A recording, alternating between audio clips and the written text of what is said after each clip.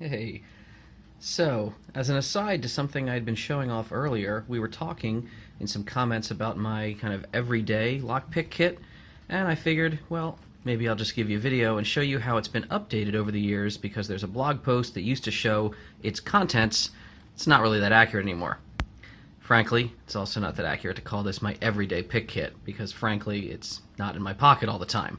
What is in my pocket all the time is what my team has taken to lovingly calling Deviant's golf bag. Maybe I'll show you that later on, but this is my everyday pocket carry kit. Where does this one live? Well, usually in my green tool bag. And it does contain an array of useful items. Now, do I need every one of these all the time? Not really. But am I always happy that I have what I have with me when I'm out of town? Yes.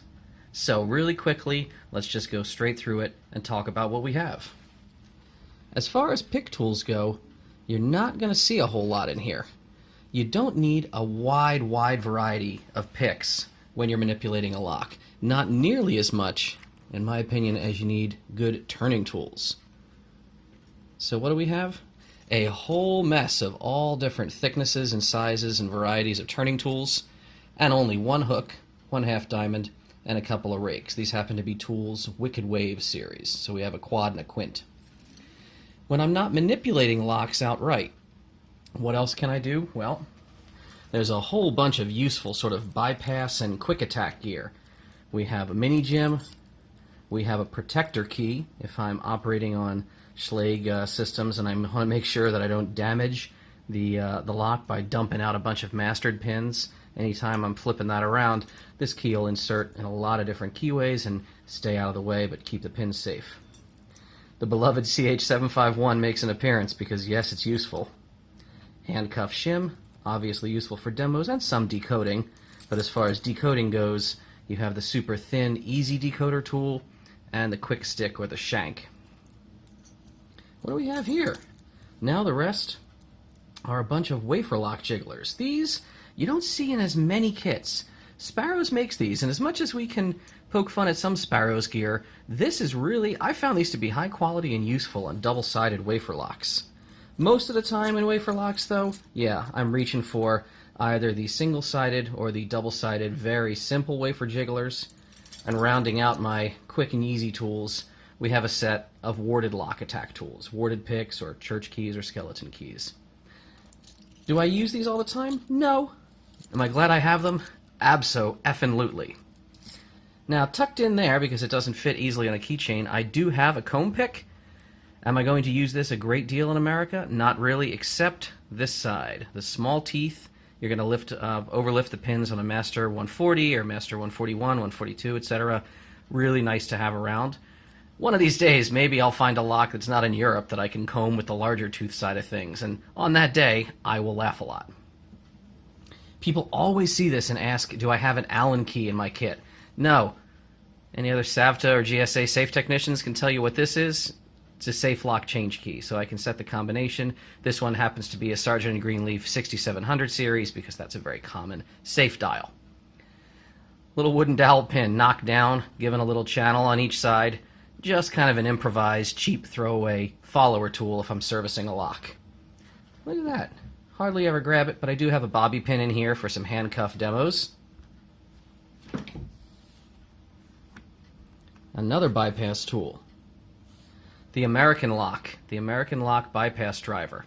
Do I encounter a ton of American locks? No. But as far as bypassable padlocks go, American is this is just enough of a return on investment that I will carry it around in my everyday sort of main kit. The best bypass tool in the entire kit. Who's seen me use a traveler hook before? Absolutely. Reaching in, manipulating door latches, you name it. This is dollar for dollar, pound for pound, the best door bypassing tool that we've ever come across as a team. A couple other tiny items in here. Half of a Wiser shim for the occasional decode that you might not be able to do with a spiked shim like we have over here. A little diamond saw.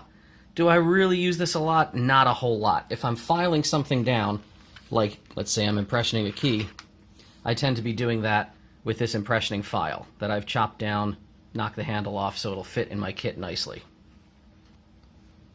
Also hiding back here, a couple of key decoder gauges. This is the conventional one that you see a lot of people carry around, obviously, right? This is the one you may have seen when I released as a open source tool. You can download the files, cut your own on a laser cutter. This is the one that measures both keys as well as pins. So you have key pins and even mastering pins for Quickset, Schlage, and Master Lock and American Lock, which share the actual same pins, if not the same key cut sizes. Last few items that we see here, pinning tweezers. I used to not use these for so very long. I was like, hey, I got my dowel, I got my half diamond, I'm good. And I think it was Clay Miller at Lockmasters one time watched me preparing a contest final round lock, and he was like, what the F are you doing? And he walked out to the main lobby, came back in, and just kind of threw these in front of me. He's like, use those. I'm not charging you. So, and as an homage to him, I gotta admit, they are pretty nice, and I do use those a lot when I'm taking apart and servicing locks.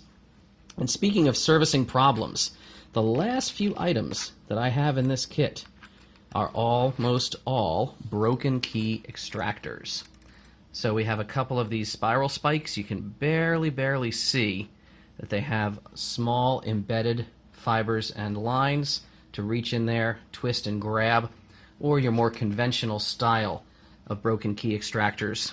Thin tools, thin hooks, they can get in there. These are very excellent. In fact, they even say they are the bland of high quality, so you know they're great.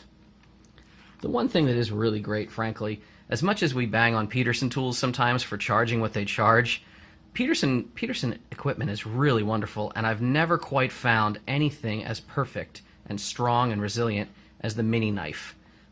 When I'm doing decoding, yes, I do have the small, easy decoder tools here, which fit in covert ways in the pocket or even under their cell phone case. I keep one. But my favorite tool for any kind of decoding and manipulation of multi-wheel locks, I gotta say, the mini knife, it does live in there for a reason, even though that handle's a little bit thick. All in all, it fits nicely. Yes, I am very happy that I can pack it up, store it in a pocket when I need to. Most of the time, this is living in my green hacker bag. I always have the golf bag in my pocket, though. So there you are. Hope that answers some questions. Hope you enjoyed. If you have any questions about where to get any of these, we don't sell a lot of them on any of our sites, but I can point you to the right URLs if you ask me. Enjoy. And I can hear the comments already. If I don't reveal what's in the tiny tool bag here that we call Deviant's golf bag, I'm sure I'll get people asking me. So bonus content for you right now. What's in the golf bag? Well, right off the hop, if I bring a candle over from the table, one thing that's in the golf bag is a neodymium magnet. Right at the very bottom. Why is that useful? Well, again, if I'm working on a door, sometimes my friends will actually see me just kind of throw this right at the door and it'll be stuck there, and I can pull tools out that I need manipulating a lock. Also, it does keep things from falling out, even though the snugness of how much I've jammed in this boy does that on its own. Let's just pull it all straight out and you can see everything. So again, do I have a ton of picks? Honestly, a couple more than I have in my main kit. In addition to a hook and a diamond, I have the quad and the quint, and even one of our original sort of Fogota Southern Specialties produced, now Hardcase Survival produced, tumbled and polished, triple hump type Bogota waves. Nothing too fancy, and you can see none of these were made this way from a supplier. These are all tools that I very ineptly chopped down with a Dremel or a grinder or any other tool that was close at hand. Beyond that, a few turner tools. It's really, again, this is just designed to be the most basic stuff you could have in the field. The only turner tool that's kind of interesting and unique is this one. Why? Well, because you can see at the end I've welded on one of our tool universal handcuff keys. Why? Because I usually do have a handcuff key on me one place or another, but it never hurts to have one spare. Having one extra just in case. It's always better to have a cuff key and not need it than to need it and not have it. Beyond that, nothing special about any of these turner tools. They're all slightly different metal stock, slightly different thicknesses, slightly different head shapes and angles. And rounding it out, I've started shoving in there the tiny version of our comb pick that we designed and put online. Do I need it? Honestly, I use this more than I use almost any of these. Do I not have any bypass tools on me? Well, yeah, I typically do. Where are they? Well, they're under my cell phone case cover. I'll have a little mini easy decoder in there. I'll have some unfolded but pre-cut shim stock. Between that and between these, I can get through just about anything I encounter, and I don't have to really pull out the main kit, which frankly lives in my bag, not in my pocket, almost every day of the week. Fucking magnets. How do they work?